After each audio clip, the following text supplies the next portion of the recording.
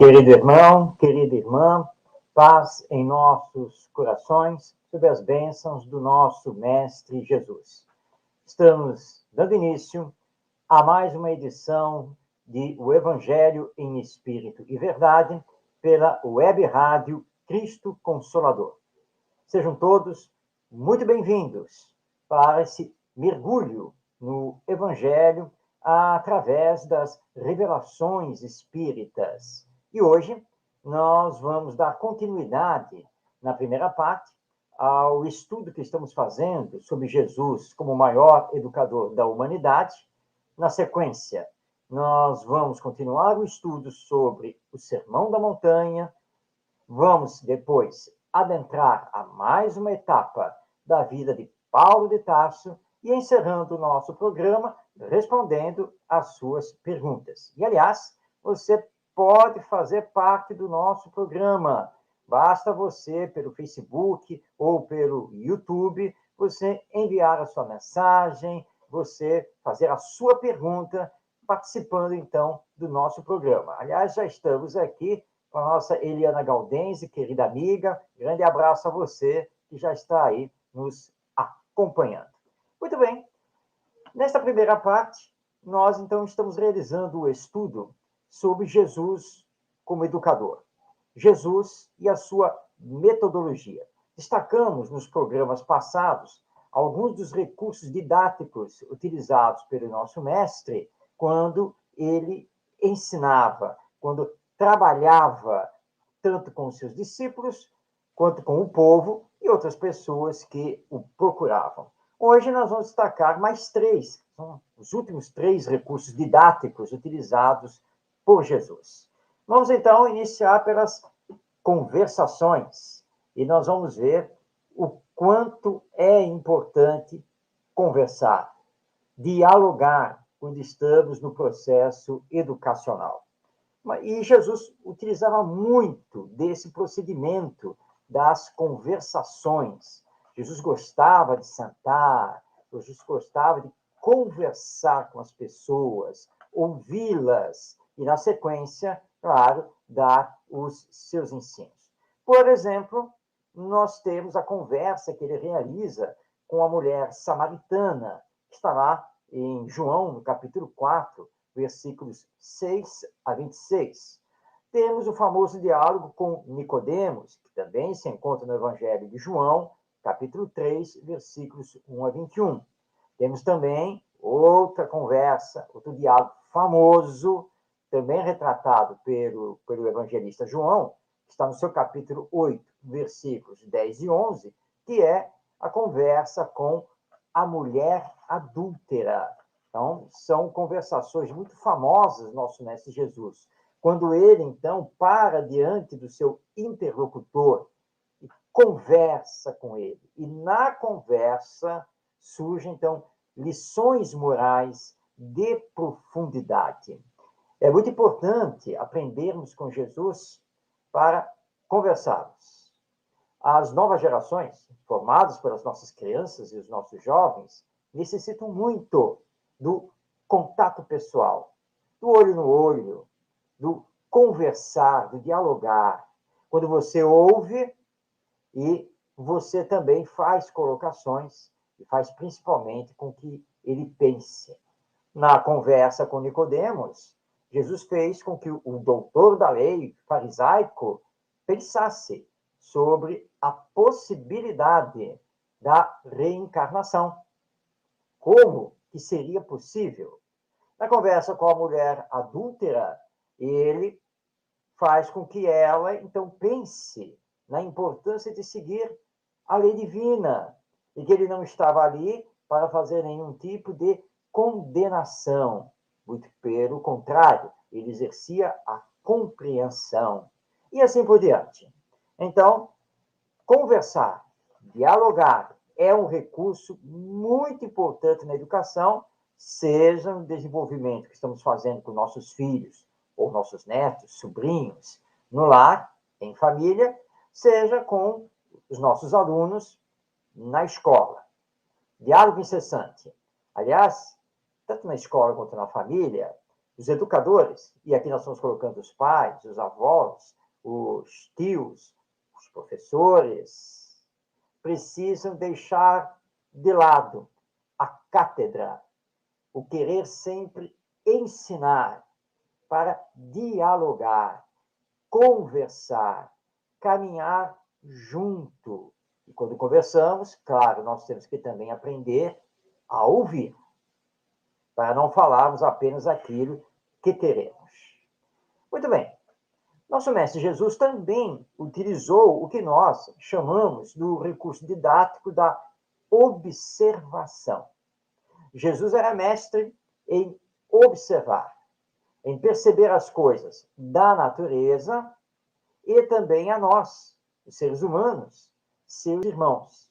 E assim, ele utilizava os elementos da sua observação dentro das suas falas, das suas histórias, das famosas parábolas, sempre contextualizando dentro do conhecimento, dentro da natureza que nos cerca. Vamos ver um exemplo de como Jesus sabia utilizar essa observação? Esse exemplo está lá no Evangelho segundo Lucas, no capítulo 21, versículos 1 a 4, quando Jesus se encontra no templo de Jerusalém e ele para com os seus discípulos junto ao gasofilácio, que era aquele local onde os judeus, os devotos, depositavam suas moedas e faziam seus pedidos. E ele solicita que os discípulos observassem o movimento em torno do gasofilácio.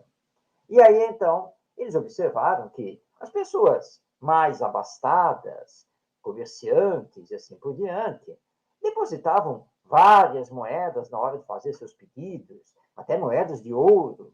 Mas aí veio uma senhora, muito simples, denotando a sua pobreza, chegou e pegou ali 2 moedas, que hoje equivaleriam a moedas talvez de 1 centavo, nada mais, muito mais do que isso, e depositou lá no gasofilácio, fez a sua oração e saiu.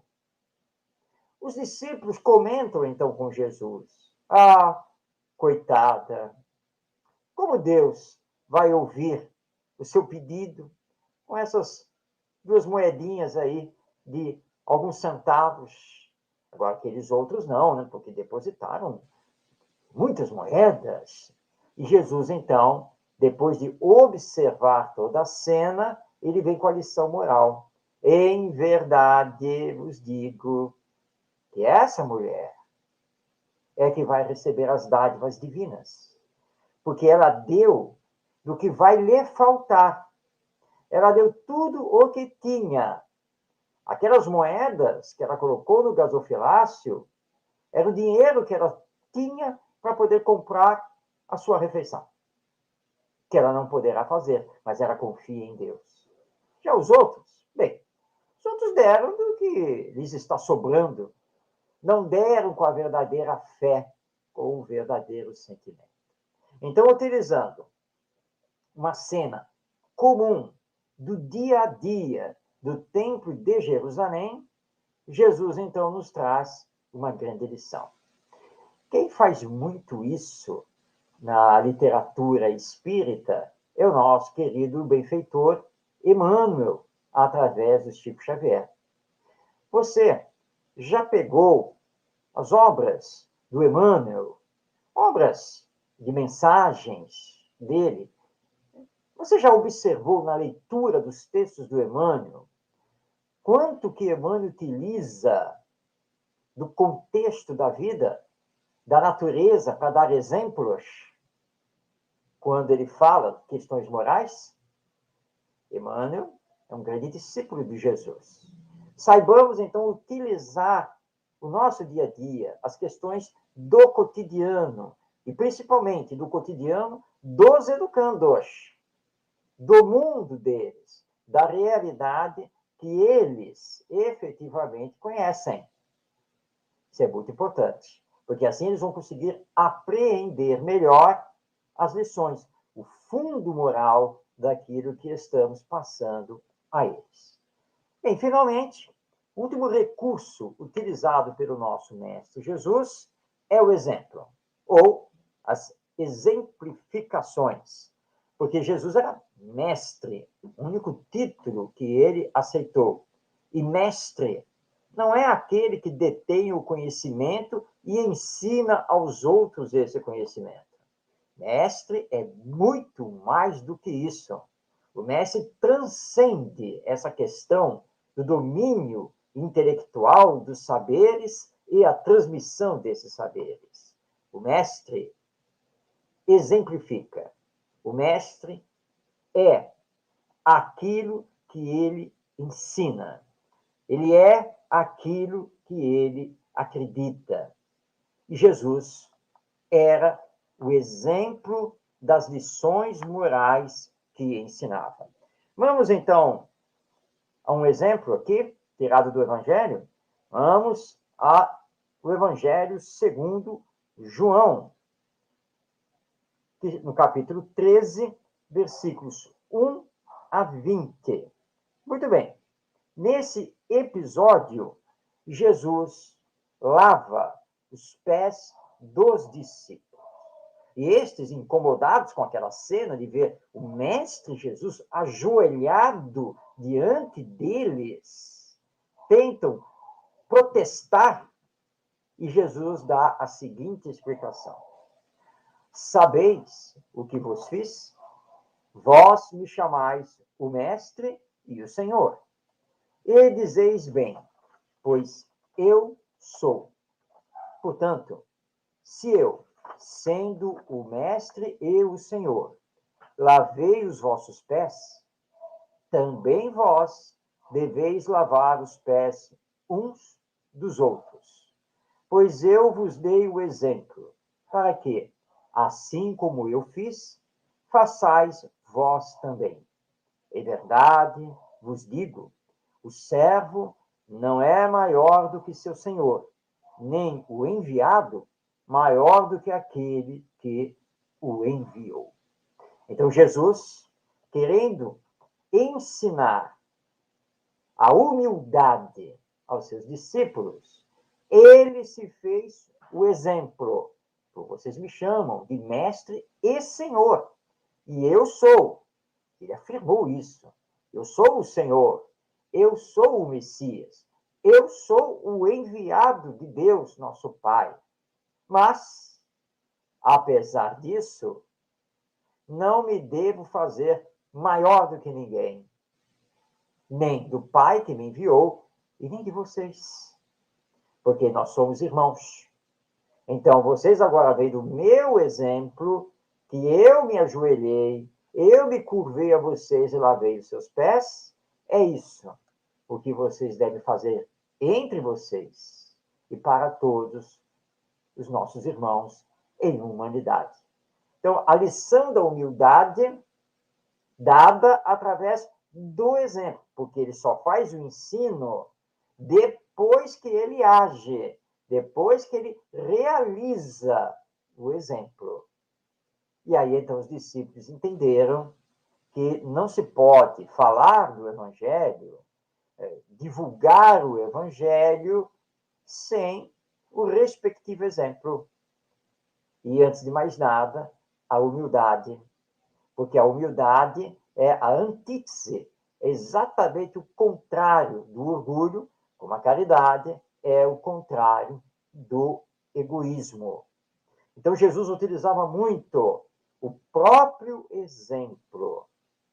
Nós espíritas temos que prestar atenção nisso, porque não basta pegarmos a cátedra na palestra da reunião pública ou o ensino lá no grupo de estudo do Espiritismo, ensinarmos, falarmos, mostrarmos conhecimento, darmos aula do Espiritismo, se fora dali não somos nada daquilo do que acabamos de dizer aos outros, do que acabamos de ensinar.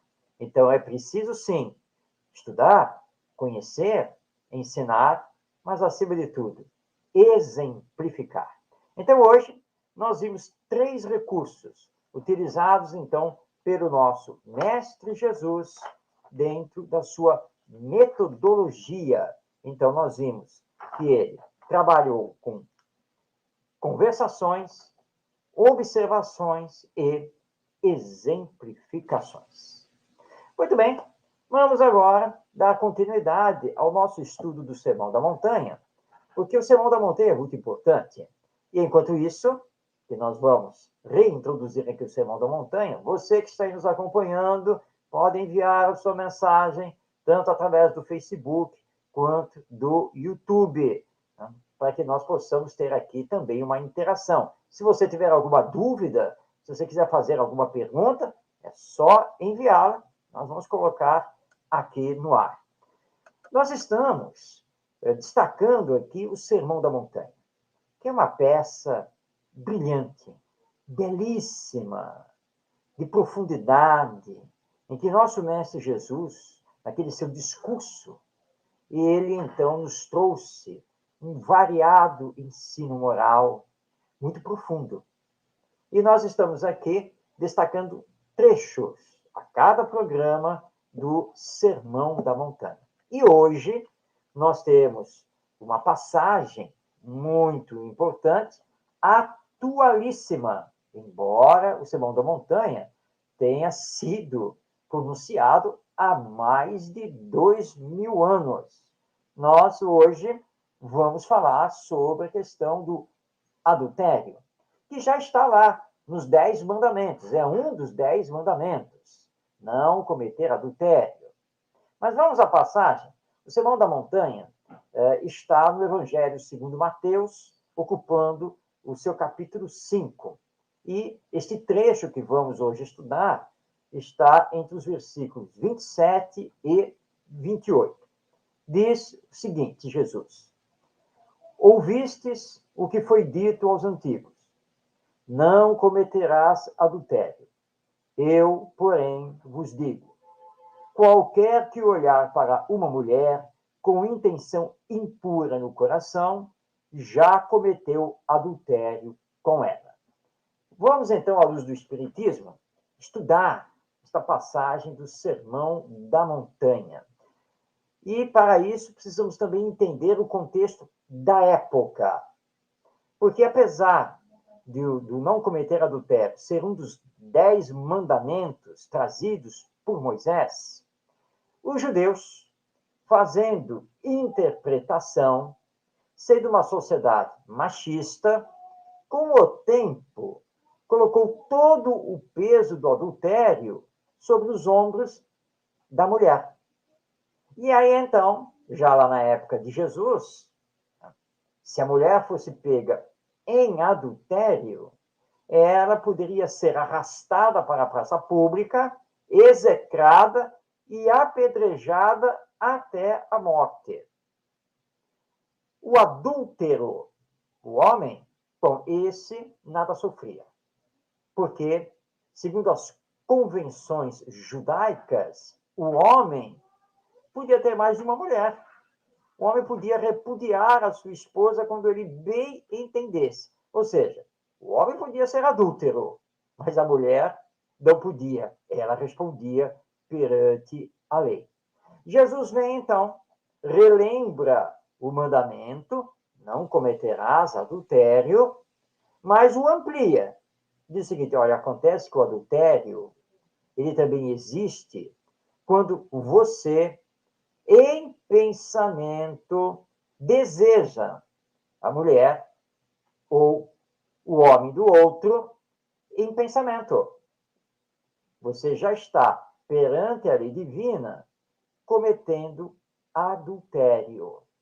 Portanto, com essa profundidade, Jesus colocou sobre os nossos ombros uma responsabilidade enorme dentro das nossas relações com os outros. E evidencia para nós a importância do verdadeiro amor e que precisamos disciplinar as nossas energias sexuais. Porque nós somos espíritos reencarnados, dotados de consciência de livre-arbítrio. Por isso que aqui na Terra somos os únicos seres vivos que respondemos perante a lei divina pelos nossos atos. Porque nós somos dotados tanto de consciência quanto de livre-arbítrio. Então, somos responsáveis pelo que pensamos, pelo que desejamos, pelo que idealizamos. E se você começa a desejar a mulher do próximo, ou o homem do próximo, você já está cometendo o adultério e desrespeitando o companheiro ou a companheira que vive com você e o outro, que é um ser humano. É um espírito reencarnado e que precisa ser respeitado. Portanto, nós estamos aqui na Terra para nos disciplinarmos, nos educarmos no campo da sexualidade. Richard Simonetti, esse nosso querido companheiro do movimento espírita, já retornado à pátria espiritual, no seu livro A Voz do Monte, onde ele estuda o Sermão da Montanha, com relação a esta passagem, ele nos diz, abrindo aspas, Jesus desfaz a discriminação e vai mais longe. O homem pode ser enquadrado como adúltero, não apenas quando desrespeita os compromissos conjugais, mas também quando alimenta o desejo de fazê-lo, cobiçando outra mulher. E aqui, Jesus, então, corrige a lei judaica, a interpretação farisaica. Não é só a mulher, não. O homem também. Todos se encaixam no adultério. Na sequência, nos diz aqui Richard Simonetti. A única maneira de conservar o equilíbrio e a paz, sem nos deixar nos arrastar pelas tendências desajustantes da atualidade, é levarmos muito a sério a recomendação de Jesus, aprendendo a ver no elemento do sexo oposto, que se aproxima de nós, antes de tudo, um irmão ou uma irmã que nos compete respeitar, observando, acima de tudo, nossa condição de filhos de Deus, chamados ao exercício da razão e à sublimação do sentimento. Portanto, a palavra respeito a nós mesmos e ao próximo é a palavra de ordem nesta questão do adultério. Precisamos nos trabalhar para sublimarmos os nossos sentimentos. Quem também estudou esse trecho do Sermão da Montanha é o nosso querido companheiro, escritor espírita, nosso Rodolfo Caligares, que nos deixou obras muito importantes em torno do estudo do Evangelho. No seu livro, O Sermão da Montanha, Rodolfo Caligares nos diz: Jesus veio instituir novos princípios, novos padrões para a conduta humana, alicerçados na pureza de coração e na inteireza de caráter, segundo os quais são considerados culposos não só os atos desonestos, mas até mesmo a intenção de praticá-los. Deus sabe o que pensamos, o que desejamos, o que sonhamos, o que fazemos. E tudo fica gravado na nossa consciência, que é onde está a lei divina. Por isso, aqueles que desencarnam, retornando através do campo mediúnico, nos relatam que de imediato tiveram um encontro consigo mesmos, através do filme da consciência. E quantos não se surpreenderam ao verificarem que eram culpados perante a lei divina, porque, embora não tenham cometido o ato, mas o desejaram, e no fundo não o cometeram, porque não tiveram o ensejo da realização, não tiveram a oportunidade. Isso vale para tudo, especificamente no tema de hoje, sobre o adultério. É por isso, então, que na sequência, Rodolfo Caligares nos diz: aquele que cai em adultério é porque mentalmente já vinha concebendo tal aventura, já alimentava essa ideia impura, e, pois, ao concretizá-la, apenas torna manifesto aquilo que se achava oculto, mas latente, no íntimo de seu ser. Nós costumamos dizer que a carne é fraca, mas perante as lições do Espiritismo e a nossa realidade como espíritos imortais, presentemente reencarnados, nós sabemos que essa frase é totalmente equivocada. A carne é simplesmente a carne. O organismo físico, biológico, não pensa, não tem vontade própria, é apenas a nossa vestimenta, a nossa roupagem reencarnatória. Agora, eu, espírito, consciência individualizada, eu sim, eu penso, eu sinto, eu posso ser fraco, e aqui do ponto de vista moral. E por isso me deixo arrastar pelas paixões, me deixo arrastar por uma sexualidade não disciplinada.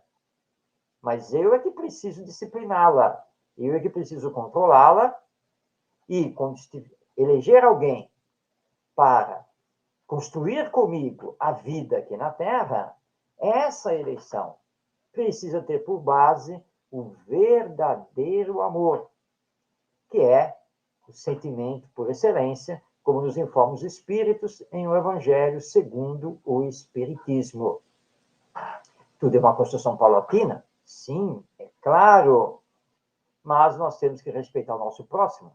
E como lembrava, querido companheiro da época da juventude espírita, ele sempre nos indagava por causa dessas energias sexuais que estão tão latentes em nós, ele dizia assim: vem cá, vocês são seres humanos ou vocês são sacos de batata? E é claro que nós dizemos, não, nós somos ser humano. Então, se todos nós somos seres humanos, por que usamos os outros como se fossem sacos de batata? Sacos de batata você pega, você usa, você joga para cá, você joga para lá, depois você pega as batatas, você descasca, você frita, você cozinha, você assa. São batatas. Mas nós não somos batatas, somos seres humanos. Nós temos sentimentos. Não somos objetos, coisas descartáveis, apenas e tão somente para o nosso prazer. Em fazendo assim, nós estamos vivendo apenas dentro das sensações e dos instintos. Mas precisamos viver na área dos sentimentos. Sentir. Nos sensibilizarmos ao próximo. E fazermos a ele apenas e tão somente o que gostaríamos que ele nos fizesse. Então, assim como não gostaríamos de sermos usados sexualmente e trocados em seguida, não gostaríamos que fizessem isso conosco, não devemos, portanto, fazer isso com os outros. Porque isso não é praticar o bem, isso não é respeitar o próximo. Cuidado, portanto, não apenas com as nossas condutas, mas com os nossos pensamentos. Lembrando que beleza física nem sempre significa beleza da alma. E quem gasta indisciplinadamente as energias sexuais terá que responder por isso perante a lei divina após a morte.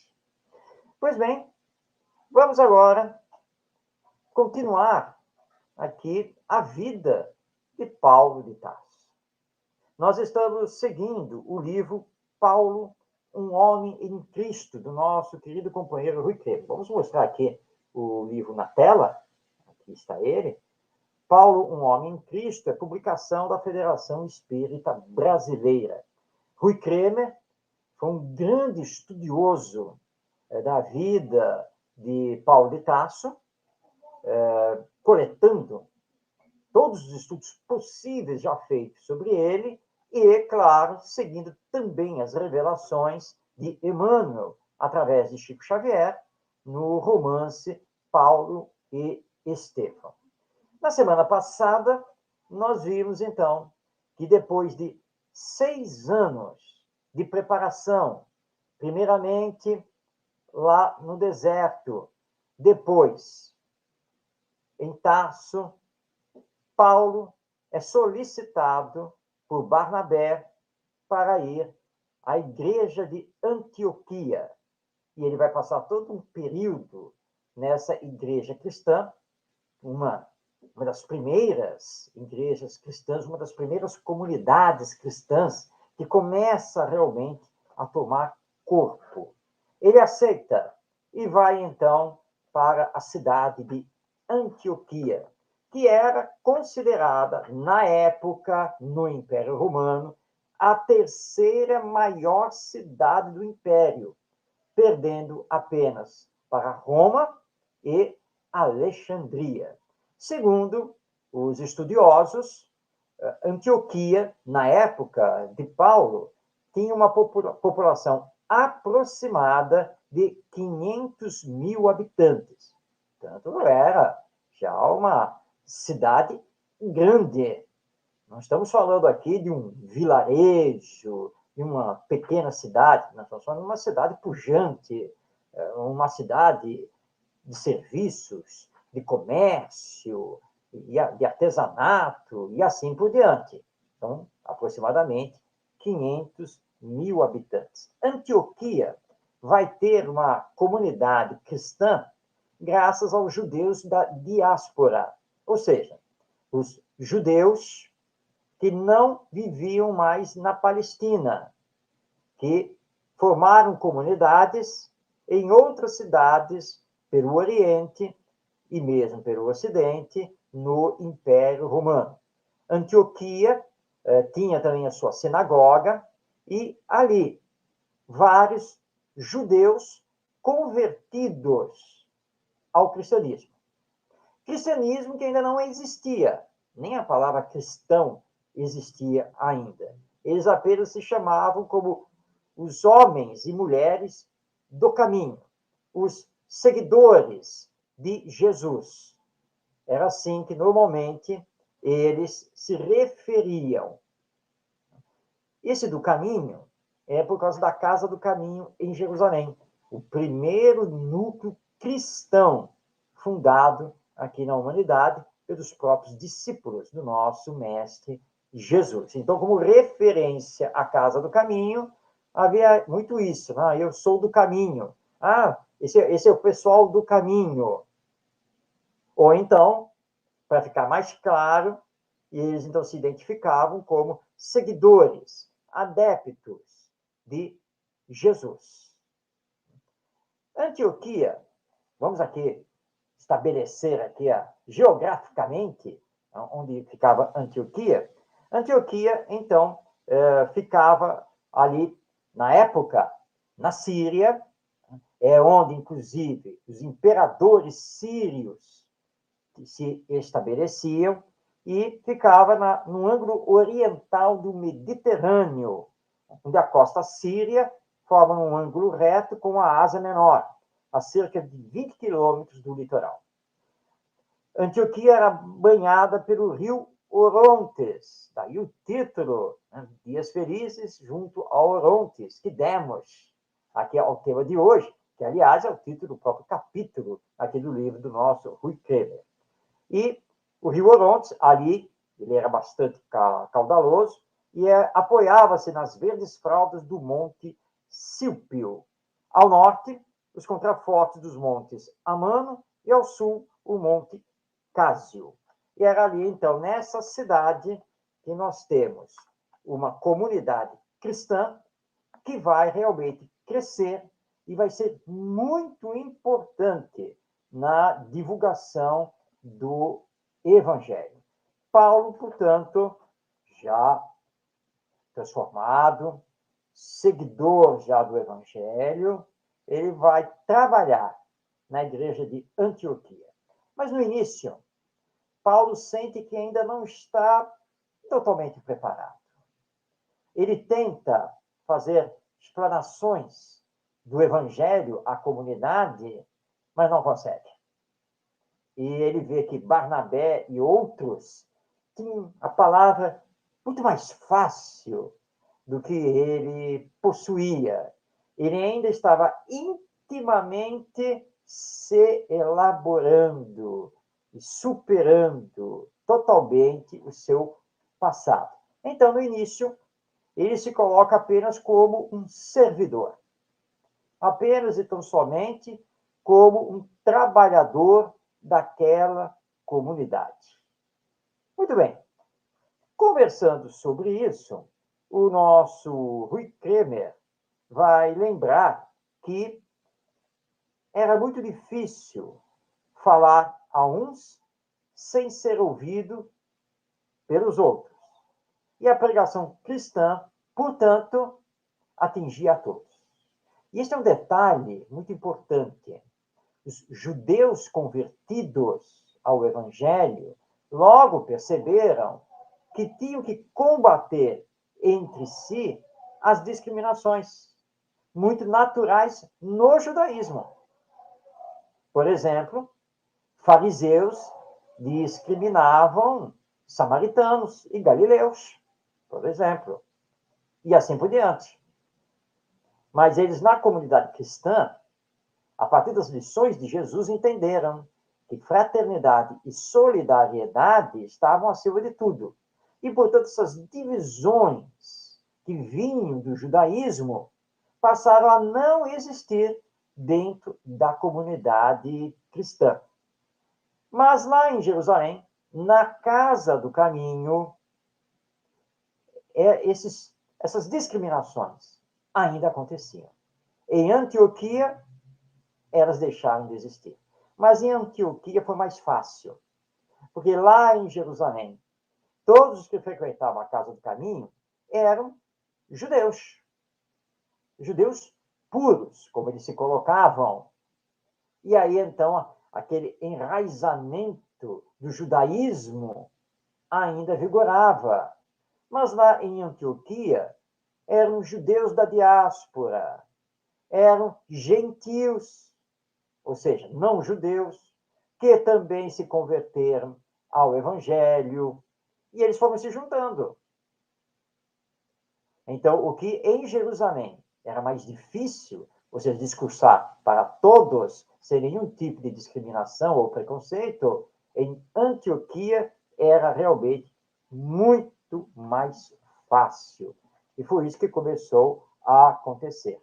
É nesse ambiente que o nosso Paulo, que ainda se chamava Saulo, ele ainda não havia mudado o seu nome, ele vai viver.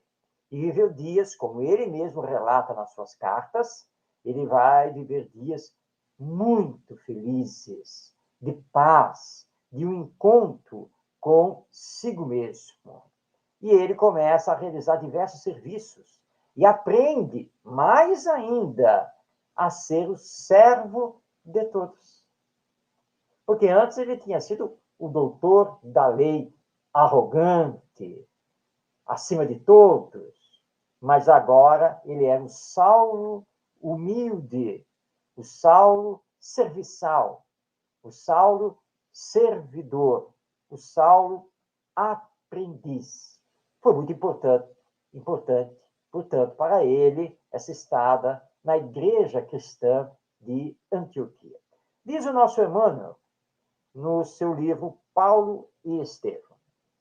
A instituição de Antioquia era, então, muito mais sedutora que a própria igreja de Jerusalém.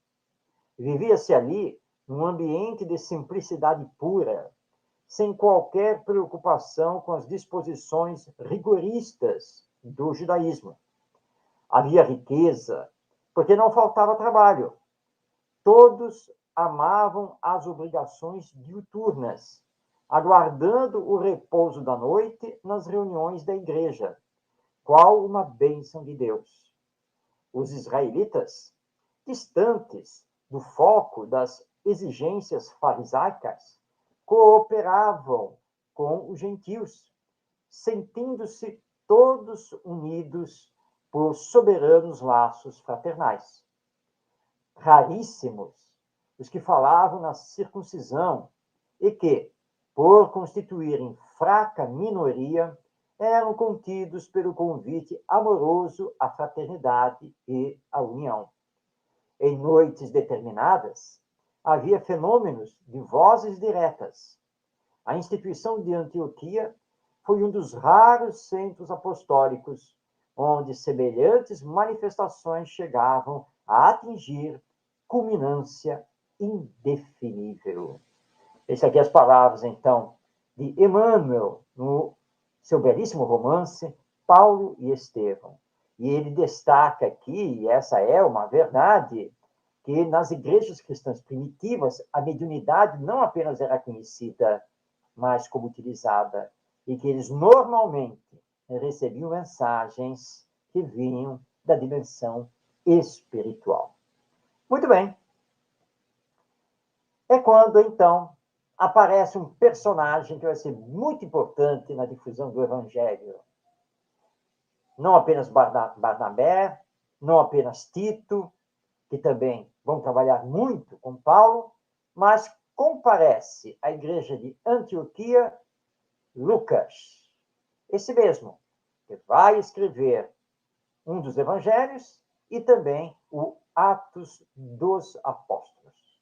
Lucas era um homem culto, dizem que, inclusive, médico. E ele fica encantado com a mensagem do Evangelho. Passa um tempo na igreja e se afeiçoa a Saulo, o nosso futuro Paulo.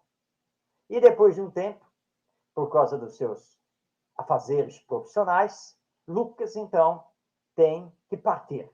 Mas antes de partir, ele conversa com os companheiros e dá uma sugestão. Porque ele não se conformava que os seguidores de Jesus fossem conhecidos apenas como os homens e mulheres do caminho. E ele diz assim, olha, em grego, Messias, Rabi, que é a palavra lá dentro do judaísmo, em grego é Cristo, ou Christos.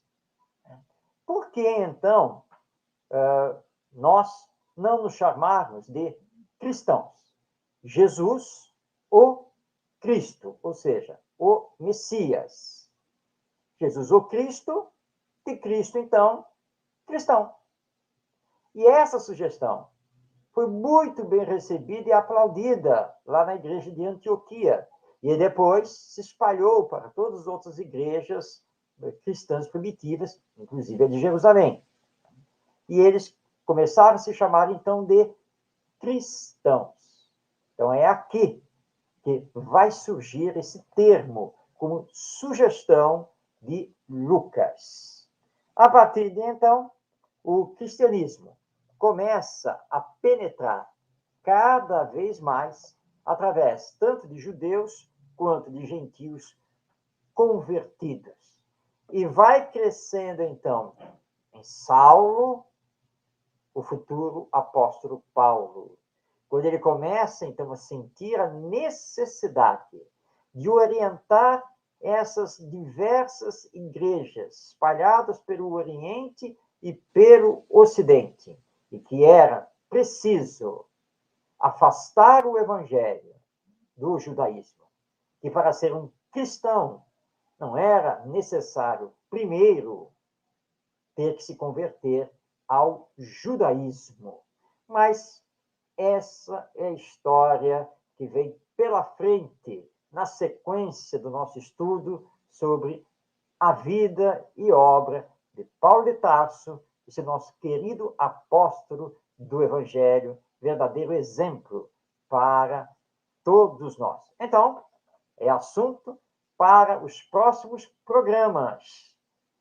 Quando que Saulo se transforma efetivamente em Paulo e vai iniciar as suas viagens de divulgação do Evangelho. Fica aqui o convite para que você nos acompanhe toda quinta-feira, 5 da tarde, aqui pela web rádio Cristo Consolador, para ir fazendo também essa descoberta junto com as revelações espirituais trazidas pelo nosso Emmanuel, principalmente, e também alguns outros companheiros e companheiras espirituais. Muito bem, estamos chegando na parte final do nosso programa, e essa é a parte dedicada, então, a você que envia para nós os seus comentários e também faz as suas perguntas. E quando nós não temos uma pergunta feita pelos nossos telespectadores, nós, então, solicitamos a produção aqui do programa, a todos aqueles que colaboram conosco, para que também façam perguntas. E surgiram duas. Vamos ver se vai dar para responder as duas, mas pelo menos uma, com certeza, nós vamos responder. E a pergunta é a seguinte: sendo Jesus o governador espiritual da Terra, como ficam os povos que não seguem o Evangelho? Essa é uma pergunta muito importante. De fato, para nós espíritas, diante de todas as revelações que temos, nós espíritas sabemos que Jesus é o co-criador do nosso planeta, é o representante máximo de Deus para a humanidade terrena. E é, até os dias de hoje, o governador espiritual da humanidade. Mas é fato que, dentro da nossa humanidade, basicamente, 2/3 dos seres humanos, atualmente aqui encarnados, não seguem o Evangelho, não são cristãos. E a pergunta é: como eles ficam? Jesus também governa a eles? Sim, é claro, porque Jesus é o governador espiritual do planeta Terra, portanto, de toda a humanidade terrena, e aqui precisamos entender que a humanidade é o conjunto dos encarnados com os desencarnados. E Jesus é para todos. Jesus é de todos. Não importa que seja um muçulmano, não importa que seja um hinduísta, um confucionista, um shintoísta, nada disso importa para Jesus. Todos nós somos os seus irmãos. E é em nome do amor que ele nos governa e, portanto, sem fazer nenhum tipo de distinção. Então, Jesus é de todos. Aqueles que não entendem Jesus, que não o reconhecem, que não seguem diretamente as lições contidas no Evangelho, recebem a mesma solicitude, a mesma misericórdia, a mesma compaixão, o mesmo auxílio, as mesmas vibrações amorosas do nosso Mestre Jesus. É isso que acontece. E no futuro, nós haveremos de nos encontrar cada vez mais com os ensinos morais. Todas as religiões vão convergir para a grande verdade. E é isso que importa. E aqueles que nem religião possuem, também não são desamparados. Então, não nos preocupemos quanto a isso. Jesus não é simplesmente dos cristãos. Jesus é de todos. Por isso, sempre lembramos aqui, o nosso querido Mahatma Gandhi, que tanto marcou a humanidade com a sua campanha de não violência, com a sua campanha pela paz, por isso que Gandhi dizia que, basicamente, em termos morais, a única coisa que nós precisamos é dos ensinos de Jesus. Então, se nós tivermos um exemplar do Sermão da Montanha, moralmente falando, nós já temos tudo de que necessitamos. Então, não fiquemos preocupados com isso.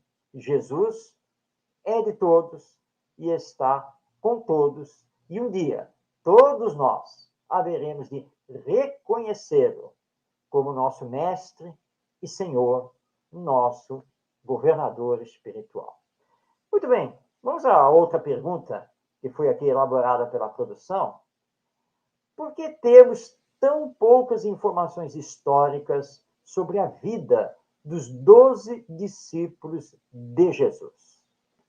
Bem, é fato, é fato. Sobre alguns discípulos, as informações são bem escassas. Não se sabe nem como alguns deles vieram a desencarnar. Por que isso? É que, na época, era muito difícil ter registros escritos.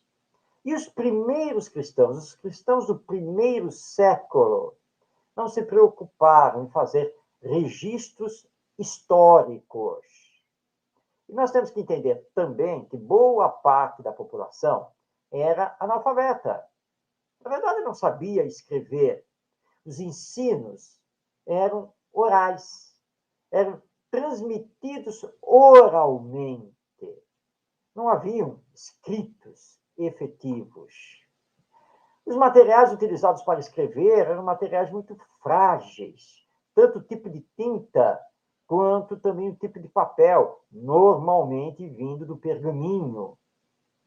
E nós tivemos muitas guerras, perseguições, cataclismos naturais, que fizeram com que muita documentação fosse perdida. Vamos aqui lembrar, por exemplo, do famoso incêndio da Biblioteca de Alexandria.